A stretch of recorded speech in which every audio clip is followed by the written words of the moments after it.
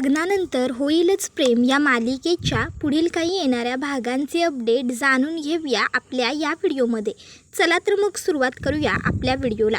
तर आता आपण इथे पाहणार आहोत की कशा पद्धतीने आता काव्या ही रम्याचा आणि वसूचा खोटारडेपणा पकडणार, तर दुसऱ्या बाजूला मालिनीसुद्धा वसूची चांगली खोड मोडणार. आता नेमकं कसं काय घडतं या सर्व गोष्टी आपल्या व्हिडिओमध्ये शेवटपर्यंत पाहूया. तर आता सध्या आपण पाहतोय की अचानक भयानक विजय आणि रम्या हे दोघंजण लग्न करून देशमुखांच्या घरी आलेले आहेत आणि आता ते दोघंजण सांगत आहेत की आम्ही लग्न केलेलं आहे आणि आता आयुष्यभर आम्ही दोघंजण एकत्र राहणार आहोत. आम्ही नवरा बायको म्हणून एकमेकांचा अगदी आनंदाने स्वीकार केलेला आहे. आणि यावेळी आता रम्या विजयकडे बघून हसते आणि विजयसुद्धा आनंदाने रम्याच्या हातामध्ये हात देतो. आता हे सगळं बघून घरातल्या सगळ्यांनाच खूप मोठा धक्का बसलेला असतो. तर आता इकडे पार्थ म्हणत असतो, रम्या याचा अर्थ म्हणून तू रिझाईन देऊन निघून गेली होतीस का? हे कारण होतं का तुझ्या रिझाईन करण्यामागे? त्याबरोबर लगेचच आता विजय म्हणतो, हो अर्थात रम्याला रिझाईन करायला मीच भाग पाडलं. नाही म्हणजे काय आहे, माझी बायको हुशार आहे, क्वालिफाईड आहे, तिला तिच्या क्वालिफिकेशनच्या बळावरती कुठल्याही मोठ्या आणि चांगल्या कंपनीमध्ये जॉब मिळू शकतो. पण मुळात ती आता माझी बायको आहे, त्यामुळे तिला नोकरी करण्याची काही गरजच नाही आहे आणि जरी करायची इच्छा असेल तरी ती माझ्याच कंपनीत काम करेल, माझी लाईफ पार्टनर आणि बिझनेस पार्टनर म्हणून सुद्धा. काय रम्या, बरोबर ना? त्यावर रम्या म्हणते, येस ऑफकोर्स विजय, ऑफकोर्स, आयुष्यभर तुला साथ देईन असं वचन दिलं आहे मी. मग ते अगदी घराच्या संसारातल्या गोष्टींमध्ये असू देत किंवा बिझनेसच्या गोष्टी असू देत, मी कायमच असेन तुझ्याबरोबर. त्याबरोबर विजय म्हणतो, तू आहेस ना, मग मला कसलीच फिकीर नाही. त्याबरोबर मालिनी काकू म्हणत असतात, रम्या विजय, अरे काय आहे सगळं? रम्या, अगं आम्ही तुला लग्न कर म्हणत होतो तेव्हा तुला लग्न करायचं नव्हतं. आणि विजय तू तर 8 महिन्यांची वेळ मागून घेतली होतीस ना आमच्याकडनं. मग 8 महिने पूर्ण झाले, संपले. अरे तुम्ही हे असं कोणालाही न सांगता, न विचारता, थोरा मोठ्यांचा विचार न घेता जाऊन थेट लग्न करून आलाय आणि वरनं तुम्ही लग्न केलं ही गोष्ट तुम्ही आम्हाला मोठ्या अभिमानाने सांगताय. काहीच वाटत नाही आहे का तुम्हाला? अरे आम्ही सगळेजण तुमच्या लग्नासाठी तयार होतो ना.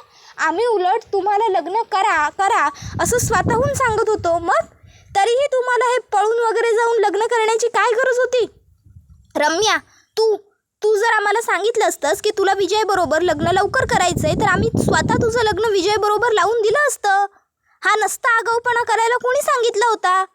तुला वाटलं नाही का की एकदा घरातल्या मोठ्यांना विचारात घ्यावं म्हणून? तुझी हिंमत कशी झाली हे असलं काहीतरी करून घेण्याची गं? रम्या, मला उत्तरं हवी आहेत तुझ्याकडनं. मी तुझ्याशी बोलतीये की अजूनही गप्पच बसणार आहेस? नको त्यावेळी तर तुझं तोंड खूप जास्त चुरू चालत असतं, पण जेव्हा बोलायची वेळ आहे तेव्हा मात्र बोलत नाही आहेस काय? त्याबरोबर मग पार्थ म्हणत असतो, आई अगं काय बोलेल ही? काही बोलण्यासारखं शिल्लक असेल तर बोलेल ना. नाही, मला तर ना हे सगळंसुद्धा नवीन कुठलं तरी नाटकच आहे असं वाटतं. ही रम्या लग्न वगैरे करेल ह्या गोष्टीवरती माझा काही विश्वास नाही आहे. ही इतक्या सहजासहजी माझा पिच्छा सोडू शकत नाही याची मला खात्री आहे. हा सगळासुद्धा ना हिचा काहीतरी नवीन कट आहे, हिचा काहीतरी नवीन मेलोड्रामा आहे. मला माहिती आहे ना, ही रम्या इतक्या सहज सुधरू शकत नाही. अगं एवढे दिवस या रम्याने सुधारल्याचं नाटक केलं, सगळ्यांना फसवलं, बघितलंस ना. मग आत्ताही सुधरेल असं वाटतंय का तुला? हिच्यावरती विश्वास ठेवणं ना म्हणजे नागावरती विश्वास ठेवण्यासारखं असतं. एखाद्या वेळी सापावर विश्वास ठेवलेला परवडला, पण हिच्यावर नाही. त्याबरोबर मग लगेचच वसवत्या म्हणते, अरे बास बास बास, काय चाललंय काय तुमचं? नाही म्हणजे मी काही बोलत नाही आहे, शांत आहे, गप्प आहे म्हणून तुमच्या मनात येईल ते माझ्या मुलीला बोलत चाललाय का? तुमची हिंमत कशी झाली माझ्या मुलीबद्दल हे असलं काहीतरी बोलण्याची? आणि केलं तिने लग्न कोणाला न सांगता, न विचारता, तर फरक पडतो कुठे? तसंही माझी मुलगी किंवा मी काय करतो, कुठे जातो, कोणाशी बोलतो, कोणाला भेटतो, या सर्व गोष्टींनी ह्या घरामध्ये कोणाला काही फरक पडतो का? नाही ना. मग उलट रम्याने लग्न केलं ह्याच गोष्टीत पार्थ तुला आनंद व्हायला हवा. नाही म्हणजे तू माझ्या रम्याला सतत नाकारत राहायचं आणि माझ्या रम्याने तुझ्या मागे मागे करायचं. आठवत आहे ना तुला ते दिवस? तेव्हा तूच कंटाळला होतास तिला आणि आता तिने लग्न केलं आहे तर तुझा त्याच्यावरही विश्वास बसत नाही आहे, याला काय अर्थ आहे?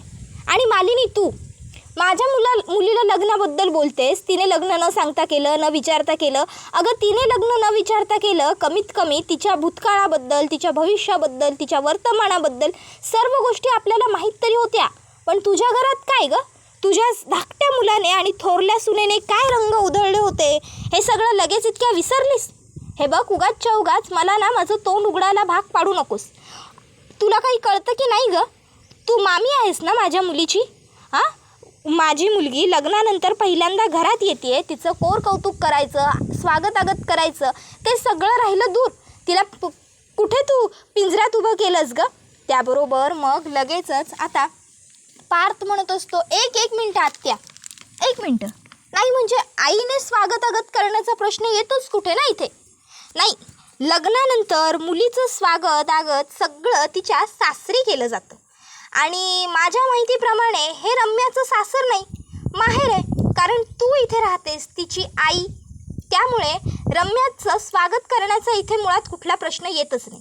हां, जर काही करायचं असेल तर इथून आपण रम्याची पाठवणी करू शकतो आणि तिच्या पाठवणीमध्ये आम्हाला कोणालाही रस नाही आहे. त्यामुळे तुला तुझ्या मुलीला निरोप द्यायचा असेल तर तू तो दे. आणि माझी आई या सगळ्यामध्ये अजिबातच इन्वॉल्व होणार नाही आहे. आय थिंक मला काय म्हणायचं आहे हे तुझ्या व्यवस्थित लक्षात आलं असेल. आणि रम्या, तू माझी कंपनी सोडून गेल्यामुळे माझ्या कंपनीचं कुठलंही मोठं नुकसान होणार नाही आहे. पुढच्या 2 दिवसात तुझ्या जागेवरती तुझ्यापेक्षा केपेबल इनफ, तुझ्यापेक्षा हुशार एम्प्लॉई मी अपॉन करतो की नाही ते तू बघशीलच. आणि आता तू निघालीस तर बरं होईल तुझ्या सासरी जायला, नाही का? तिकडे होईल तुझं स्वागत वगैरे, कळलं ना? त्याबरोबर मग रम्या म्हणत असते, अरे हो पार्थ, पण प्लीज एकदा थांब आणि श्वास घे. नाही, कारण मलासुद्धा बोलण्याची संधी मिळायला हवी ना. त्याबरोबर पार्थ थांबतो. तशी रम्या म्हणत असते, पार्थ, अरे मी आणि विजय इथेच राहणार आहोत लग्नानंतर, याच घरात तुम्हा सगळ्यांच्या बरोबर. त्यावर पार्थ म्हणतो, काय इथे ह्या घरात काय संबंध? हे बघ रम्या, तुझं लग्न झालं आहे आणि तुझं घर आता तुझ्या नवऱ्याचं घर असणार आहे.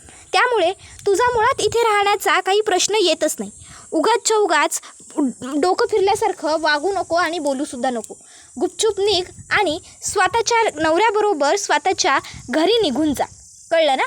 उगाच नसता आगाऊपणा करायला जाऊ नकोस. लग्न केलंच नाही या विजयबरोबर कोणालाही न सांगता, न विचारता. मग इथे येण्याऐवजी न सांगता स्वतःच्या सासरी निघून गेली असतीस तर ते सुद्धा चाललं असतं आम्हाला. नाही म्हणजे तू इथे यावं, आमच्या तोंडी लागावं अशी आमची कोणाची इच्छा नव्हतीच. त्याबरोबर मग विजय म्हणतो, नाही रे, तुमच्या तोंडी लागावं किंवा माझ्या बायकोने तुमच्या दारात यावं ही माझी इच्छा नव्हती. पण काय करणार, माझ्या बायकोला तिच्या आईबरोबर राहायचं आहे ना, म्हणून आम्ही इथे आलो. आणि माझी बायको तिच्या सासरी नाही येणार, मी तिच्या माहेरी येणार. मी घर जावई म्हणून इथेच राहणार आहे. त्याबरोबर हे ऐकून पार्थला खूप मोठा धक्काच बसतो. पार्थ म्हणतो, काय घर जावई?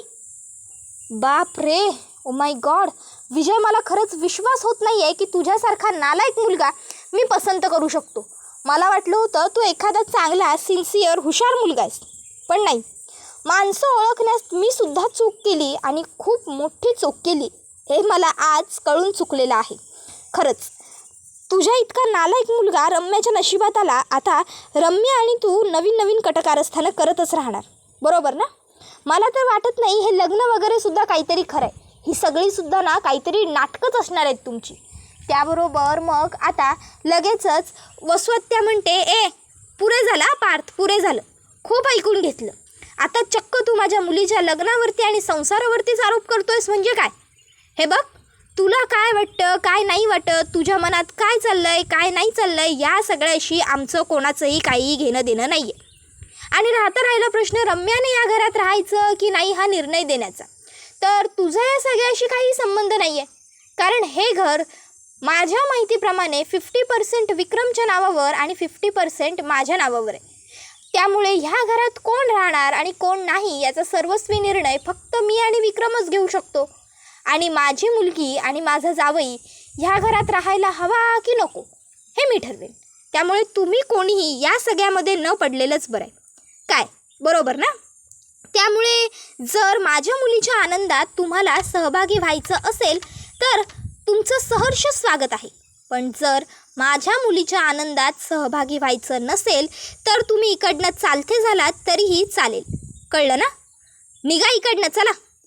त्याबरोबर मग मालिनी काकू ह्या पार्थला म्हणतात, पार्थ शांत हो.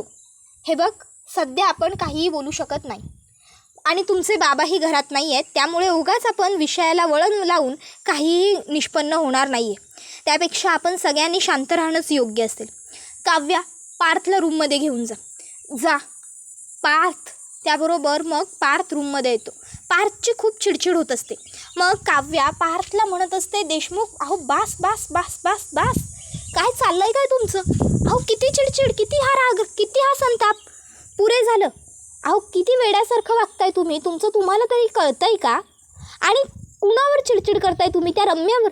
तुमचा रागही तिच्या वाट्याला यावा इतकी तिची लायकी नाही आहे.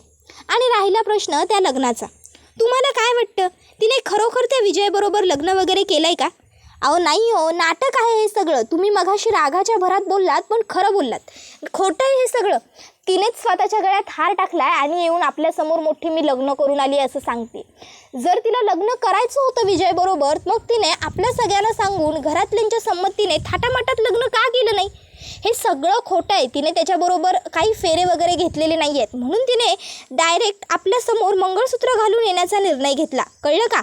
त्यावर पार्थच्या लक्षात येतं की याचा अर्थ खरोखर हे सगळं रम्याचं ढोंग आहे. पार्थ म्हणतो, पण काव्या, हे सगळं आपण उघड कसं करणार? काव्या म्हणते, त्याचा तर विचार करावा लागेल, मी सुद्धा विचार करते. पार्थ आणि काव्या आता दोघंही विचार करू लागतात की रम्याचं पितळ उघडं कसं पाडायचं, काय करायचं, काय करता येऊ शकतं. मग त्यावेळी पार्थला एक जबरदस्त आयडिया सुचते आणि पार्थ काव्याला ती आयडिया सांगतो. काव्या, आपण एक गोष्ट करू शकतो. काव्या म्हणते, काय? पार्थ म्हणतो, आपलं मॅरेज सर्टिफिकेट. त्यावर काव्या म्हणते, आपलं मॅरेज सर्टिफिकेटचं काय? पार्थ म्हणतो, अहो विसरताय का काव्या, अजून आपलं मॅरेज सर्टिफिकेट कुठे काढलं आहे? मग आपण काय करूया, आपण ना आता सांगूया की आपण आपलं मॅरेज सर्टिफिकेट काढणार आहोत आणि तेव्हा रम्यालाही आपण तिचं मॅरेज सर्टिफिकेट काढण्यासाठी फोर्स करूया. त्यावर काव्या म्हणते, तुम्हाला वाटतं का रम्या इतक्या सहजासहजी आपलं ऐकेल म्हणून? पार्थ म्हणतो, नाही, काहीतरी वेगळं करावं लागेल. एक काम करूया, मी तुम्हाला म्हणेन की मला तुमच्यासाठी काहीतरी पॉलिसी वगैरे काढायची, त्यासाठी तुम्हाला नॉमिनी लावायचं आहे माझ्या जागेवरती आणि म्हणून मला आपलं मॅरेज सर्टिफिकेट लागणार आहे. तुम्ही माझी बायको आहात याचा पुरावा म्हणून. मग तेव्हा आपण मॅरेज सर्टिफिकेट काढायला जाऊया असं मी तुम्हाला म्हणेन. मग तुम्ही तेव्हा म्हणा की रम्या, तुझंसुद्धा मॅरेज सर्टिफिकेट काढलेलं नसेल, मग तू सुद्धा आमच्याबरोबर चल तुझं मॅरेज सर्टिफिकेट काढायला. ओके? त्याबरोबर काव्या म्हणते, ओके, वेल अँड गुड, चांगली आयडिया आहे. त्यानंतर मग आता काव्या म्हणत असते की बघालच तुम्ही, एकदा का आपण असं बोललो ना की ती रम्या मूर्खासारखं काहीतरी असं उत्तर देईल की ज्यामध्ये ती खोटं बोलते, याचा पुरावा आपल्याला सहज सापडून जाईल. त्यानंतर मग सगळेजण एकत्र डायनिंग टेबलवरती डिनरसाठी बसलेले असतात. आता सगळे जेवायला सुरुवात करणारच असतात, इतक्यात मिथून काका बोलतो, अरे रम्या, जावई बापू, थांबा, इतकी काय तुम्हाला जेवणाची घाई आहे? नाही म्हणजे नवीन लग्न झालं आहे तुमच्या लग्नामध्ये तर आम्हाला काही एन्जॉयमेंट करायला मिळालेली नाही आहे, काही मजा मस्ती तर झाली नाही आहे, पण कमीत कमी लग्नानंतर नवरा नवरीने एकमेकांना घास भरवण्याचा विधी तर आपण नक्कीच करू शकतो. म्हणून तुम्ही दोघांनीही एकमेकांना छान पद्धतीने घास भरवायला हवा, मस्त उखाणे घ्यायला हवे असं मला तरी वाटतं. चला पटपट एकमेकांना घास भरवा, उखाणे घ्या. कमॉन रम्या, कमॉन जावई बापू, कमॉन, असा आता मिथून काका बळजबरीने त्यांना चेअरअप करू लागतो. रम्याला काहीच रस नसतो हे सगळं करण्यात. तर मिथून काका म्हणतो, अहो जावई बापू, काय बघता, आता लग्न झालं आहे तुमचं आमच्या रम्याबरोबर, आमची रम्या तुमची लग्नाची बायको आहे, भरवा घास भरवा. त्यावेळी मग मात्र आता लगेचच मिथून काका रम्याला म्हणतो, रम्या, अगं तू पण भरव जावई बापू ना आणि उखाणे पण घ्या काय. त्याबरोबर मग लगेचच विजय रम्यासाठी उखाणा घेतो. हातात घेतले हात, बोटात घातली बोटं, हातात घेतले हात, बोटात घातली बोटं, रम्या तुला सोडून आता जात नाही कुठं. आणि मग तो रम्याला घास भरवतो. रम्याला खरं तर या सगळ्यात काहीच इंटरेस्ट नसतो, पण घास खाण्यावाचून तिच्याकडे काही पर्याय नसतो. त्यानंतर मग रम्यासुद्धा आता छान उखाणा घेते. गणिताच्या पुस्तकाला भूगोलाचं कवर, विजय तूच माझा जन्मोजन्मींचा लवर. आणि हे नाव घेताना ती पार्थकडे बघते, पण पार्थ आता लगेचच काव्याकडे बघत म्हणतो, काव्या अहो मला ना एक पॉलिसी बनवायची आहे, त्यासाठी मला तुम्हाला नॉमिनी लावायचं आहे, पण तुम्ही माझी बायको आहात याचा पुरावा म्हणून आपलं मॅरेज सर्टिफिकेट मागितलं आहे, तर आपण जायचं ना मॅरेज सर्टिफिकेट काढायला. काव्या म्हणते हो चालेल ना जाऊया. रम्या तुझं आणि विजयचं लग्न कसं झालं? नाही म्हणजे कोर्ट मॅरेज की मंदिरात जाऊन केलं? आता कोर्ट मॅरेज कसं करणार ना, एवढ्या कमी वेळात लग्न करून आलात म्हटल्यावर तुम्ही मंदिरातच लग्न केलं असेल, त्यामुळे तुमचंही मॅरेज सर्टिफिकेट नसेलच ना. उगाचच्या उगाच कशाला वेळ वाया घालवायचं. आम्ही मॅरेज सर्टिफिकेट बनवायला जातोय तर तुम्ही सुद्धा आमच्याबरोबरच चला. काय पार्थ होईल ना यांच्याही मॅरेज सर्टिफिकेटचं काम? त्यावर पार्थ काही उत्तर देत नाही. रम्या म्हणते ए हॅलो काव्या, तुला ना नको त्या गोष्टींमध्ये पडण्याची काही गरज नाही आहे. आम्हाला जेव्हा वाटेल ना आमचं मॅरेज सर्टिफिकेट बनवावं तेव्हा आम्ही बनवू. आमचं काय करायचं ते आम्ही बघून घेऊ. उगाचच्या उगाच नसत्या गोष्टीत शहाणपणा करण्याची आणि स्वतःची अक्कल वापरण्याची तुला गरज नाही आहे, समजलं ना. आम्ही आमचं बघून घेऊ, फालतू गोष्टींची काळजी करू नकोस. मी समर्थ आहे माझ्या गोष्टींचा विचार करायला. त्यावर वसुहत्यासुद्धा म्हणते आणि एवढीच जर काळजी करायची असेल ना तर गरज असलेल्या गोष्टींची काळजी करा. नाही म्हणजे काय आहे, आतापर्यंत मी काही बोलले नाही. मी आणि रम्या एका रूममध्ये राहत होतो, आम्ही एकच खोली शेअर करत होतो, एकच खोली वापरत होतो. पण आता माझ्या रम्याचं लग्न झालेलं आहे, त्यामुळे तिला आणि माझ्या जावयाला त्यांची स्वतंत्र खोली मिळायला हवी, कळलं ना. आणि त्यामुळे पार्थ किंवा जीवा दोघांपैकी कोणीतरी एकाने त्याची रूम खाली करायची आणि ती रूम रम्याला आणि माझ्या जावई बापूंना द्यायची, समजलं का. पार्थ जीवा तुम्ही कोणीतरी उद्याच्या उद्या तुमची रूम रिकामी करा आणि ती रम्याला द्या. जीवा बघ नाही तर तूच तुझी रूम रिकामी कर. नाही कारण काय आहे ना, माझ्या रम्याला वरती राहायला आवडतं, त्यामुळे तिला वरचीच खोली बरी पडेल, कळलं का. किंवा रम्या तुला पार्थची रूम हवी आहे का, तसं तू सांग तुला कुठली खोली हवी आहे ती. त्याबरोबर मग मालिनी काकू म्हणतात एक मिनटं वसुताई, कुठली खोली हवी ती सांग म्हणजे. आणि माझी मुलं काय त्यांच्या रूम खाली करतील तुमच्या मुलीसाठी? नाही, जसं तुमच्या मुलीचं लग्न झालं आहे, तिचा संसार आहे, तसा माझ्याही मुलांचा संसार आहे, त्यांचंही लग्न झालं आहे. आणि मुळात तुम्ही त्यांच्या खोल्या खाली करण्यापेक्षा स्वतःची खोली खाली करा ना. आणि तुम्ही एकट्या गेस्ट रूममध्ये शिफ्ट व्हा. तुम्ही राहू शकता गेस्ट रूममध्ये एकट्या. काय तुम्ही तुमची रूम द्या ना तुमच्या लाडक्या जावयाला आणि लेकीला. माझी मुलं त्यांच्या रूम का खाली करतील तुमच्या मुलीसाठी? हे बघा पार्थ आणि जीवा हे घर बांधल्यापासून त्यांच्या खोल्यांमध्ये राहत आहेत. हे घर बांधतानाच आपण त्या खोल्या त्यांच्यासाठी बनवून घेतल्या होत्या, त्यामुळे ते दोघंही त्यांच्या रूम खाली करणार नाहीत, ते तिथेच राहतील.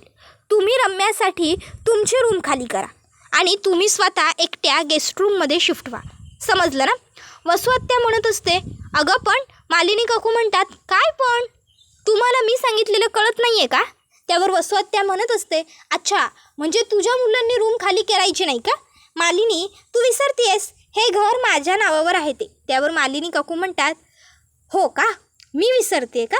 नाही वसुताई काय आहे ना, आतापर्यंत मी कधी बोलले नव्हते पण आता बोलतेच. तुम्ही विसरताय की हे घर माझ्याही नवऱ्याच्या नावावर आहे आणि खरं तर हे घर माझ्याच नवऱ्याने बांधलं होतं, पण तुमचा नवरा नसल्यामुळे, रम्याला बाप नसल्यामुळे तुम्हाला इन्सिक्युअर वाटू नये, आमचं काहीच नाही असं वाटू नये म्हणून फक्त माझ्या नवऱ्याने तुम्हाला या घरामध्ये अर्धा हिस्सा दिला आहे आणि तुम्ही आता आयत्या घरात नागोबा झाला आहे. तुमचं या घरामध्ये ना काहीही स्वतःचं नाही आहे, 1 रुपयासुद्धा तुम्ही या घराला लावलेला नाही आहे. फुकट 50% मिळालं आहे ना, त्यामध्ये सुखी राहा, समजलं ना. आणि माझ्या मुलांना रूम वगैरे रिकाम्या करायला सांगाल आणि मी ऐकून घेईन असं होणार नाही. माझी मुलं त्यांच्या रूम वगैरे काही रिकाम्या करणार नाही आहेत आणि कुठेही जाणार नाही आहेत. हवं असेल तर तुमची रूम शिफ्ट करा तुमच्या मुलीसाठी आणि जावयासाठी आणि तुम्ही जाऊन गेस्ट रूममध्ये राहा, नाहीतर तुमच्या मुलीला तुमच्या जावयाबरोबर तिच्या सासरी पाठवून द्या, समजलं ना. आता मालिनी काकूंनी असं सडेतोड बोलल्यामुळे वसुहत्याला गप्प बसावं लागतं. तिच्याकडे गप्प बसण्या वाचून दुसरा काही पर्याय नसतो. मग शेवटी वसुहत्या स्वतःच सगळं सामान पॅक करते आणि स्वतःच गेस्ट रूममध्ये शिफ्ट होते आणि तिची रूम आता ती विजय आणि रम्याला देऊन टाकते. त्याबरोबर हा व्हिडिओ इथेच संपतो. व्हिडिओ आवडला असेल तर व्हिडिओला लाईक करा, चॅनलवर नवीन असाल तर चॅनलला सबस्क्राईब करा आणि बेल आयकॉन आठवणीने प्रेस करा, जेणेकरून तुम्हाला पुढच्या प्रत्येक व्हिडिओचं नोटिफिकेशन मिळत जाईल आणि सर्व व्हिडिओंचा आनंद हा अगदी उत्तम पद्धतीने घेता येईल. चला तर मग प्रेक्षकांनो आजच्या पुरतं इथेच थांबूया. पुढचा व्हिडिओ येईपर्यंत ह्या व्हिडिओचा छान पद्धतीने आनंद घेत राहा. टाटा बाय बाय, धन्यवाद. Take care all of you. लग्नानंतर होईलच प्रेम ही मालिका तुम्हाला कशी वाटते हे आम्हाला कमेंटमध्ये नक्कीच सांगा. धन्यवाद.